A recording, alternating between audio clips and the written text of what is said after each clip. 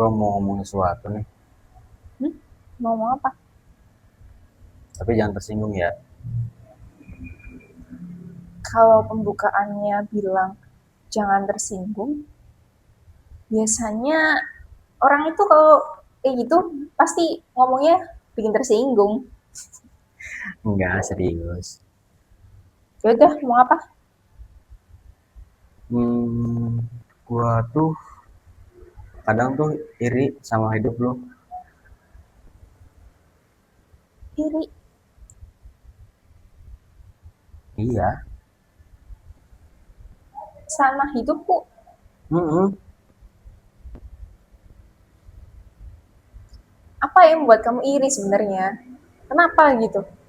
Ya, karena menurut gua tuh hidup lu tuh kayak asik-asik aja gitu, enjoy, nggak ada beban, enak aja gitu.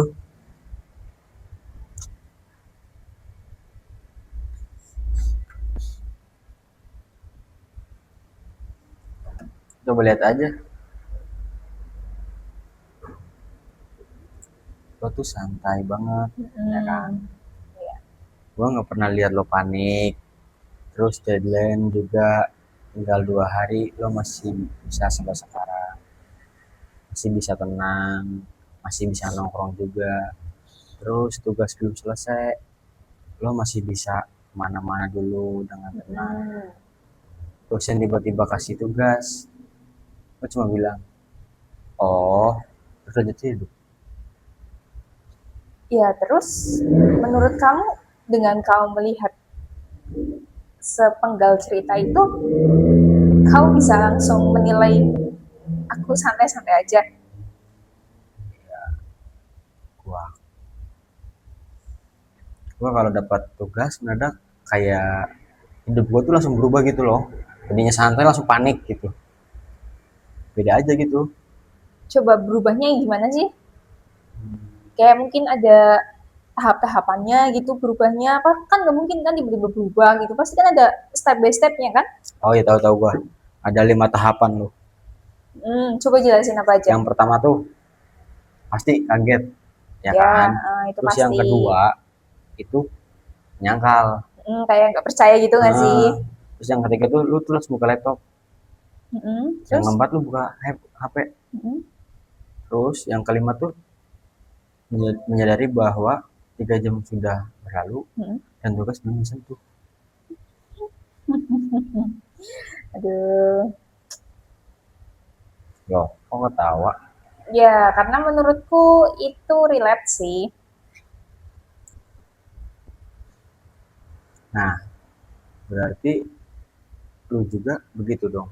Hmm, Kalau aku bukan sih, aku nggak gitu. Aku tuh beda.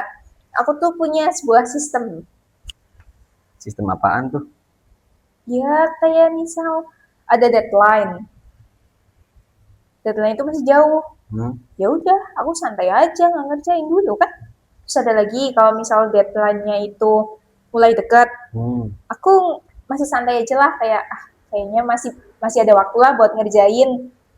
Terus kalau deadline udah H-1, baru aku mulai buat serius gitu. Tapi kalau misal udah deadline uh, tinggal 3 jam lagi nih, Hmm. nah itu baru aku menemukan jati diriku sesungguhnya. Itu mah bukan sistem kali. Itu mah survival mode. Hmm, yang penting kan berhasil nggak sih?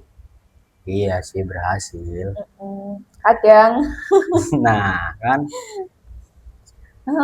Tapi serius deh. Kenapa sih kamu mikir gitu hidup aku tuh enak, seneng, terus sampai iri gitu? ya karena lo kelihatannya nggak kayak nggak punya beban aja gitu. Hmm, Kelihatannya. Iya, kelihatannya. Oke. Kan gue cuma bisa melihat doang kan. Nah itu masalahnya tuh di situ karena kamu cuma bisa ngelihat doang, langsung menilai gitu. Iya sih, ya masalahnya di situ. Hmm. Kamu tahu gak sih orang yang sering banget menilai hidup orang lain dari apa eh, yang kelihatan gitu. Aku lihat kayak misal kamu ya, kamu lihat aku ketawa, kamu lihat aku bahagia, lihat aku seneng, terus ngeliat aku nongkrong sana sini kayak nggak ada beban gitu-gitu. Terus kamu mikir aku nggak punya tugas, mikir aku santai, nggak punya tekanan apa-apa, nggak punya masalah.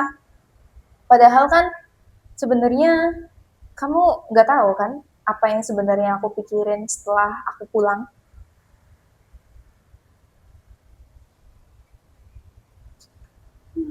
Tapi ya aku juga sama sih. Aku lihat kamu itu, aku juga mikir, justru aku mikir hidup kamu tuh jauh lebih baik daripada aku. Kayak lebih tertata, lebih senang, lebih enjoy gitu. Ah, maksud lu gimana ya? Iya, aku mikirnya gitu.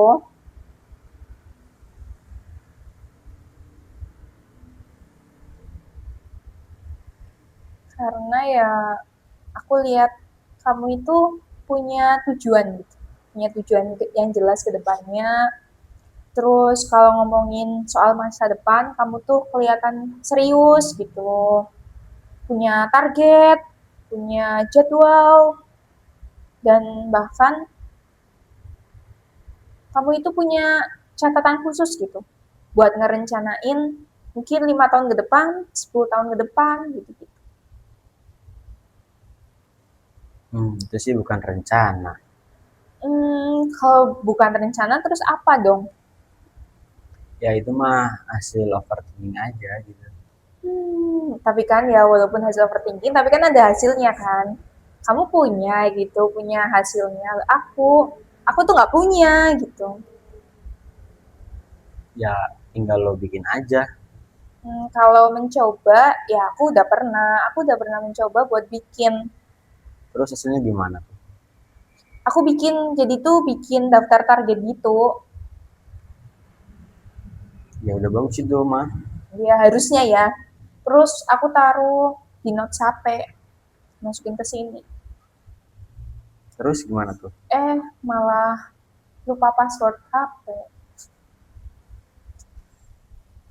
Ya makanya itu. Sekarang aku udah nggak mau bikin target lagi. Karena trauma gitu. Terau.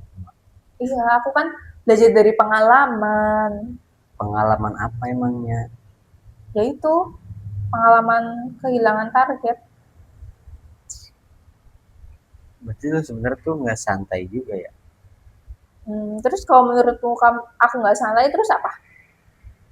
Lo tuh chaos. Chaos yang tenang. Tetap chaos. Tapi aku nggak habis pikir deh. Serius. Kenapa kamu mikir aku itu hidupnya santai? Ya, Padahal kan sebenarnya aku tuh sering banget panik loh. nah pas lu panik itu, gue Hmm. nggak ngeliat kalau lu tuh panik. Lah itu, karena aku itu nggak menunjukkan gitu loh kalau misal aku tuh panik. Kenapa gitu? Kenapanya sih sebenarnya aku juga nggak tahu ya. Mungkin aku nggak suka bikin orang lain khawatir, atau mungkin aku takut kalau misal aku cerita orang itu bakal mikir aku lemah. Sebenarnya kadang aku juga capek sih. Cuma aku itu lebih gampang buat bercanda. Jadi daripada bilang aku lagi stres, ya mending aku bilang hahaha hidup ini lucu banget ya. Nah itu cuma versi gue tuh beda. Kalau gue stres, Mm-mm. gue pasti diem. Hmm, Terus apa reaksi atau apa ke tindakan apa gitu yang kamu lakuin? Gue tuh langsung diem, terus buka laptop, Mm-mm. Terus, lihat skripsi, terus. tutup laptop lagi. Aduh. Gue belum selesai, Yaudah lanjut lanjut coba apa lagi? terus buka HP, Hmm, terus scroll. scroll. Scrollnya berapa lama? Nggak tahu, nggak ada targetan soalnya. Kenapa? Ya karena waktu nggak terasa kalau kita sedang menghindari tanggung jawab. Wah, wah, wah. Apa Kalimat kamu itu bagus lah. Aku kasih post buat kamu. gue juga kaget tiba-tiba ngomong kayak gitu dah.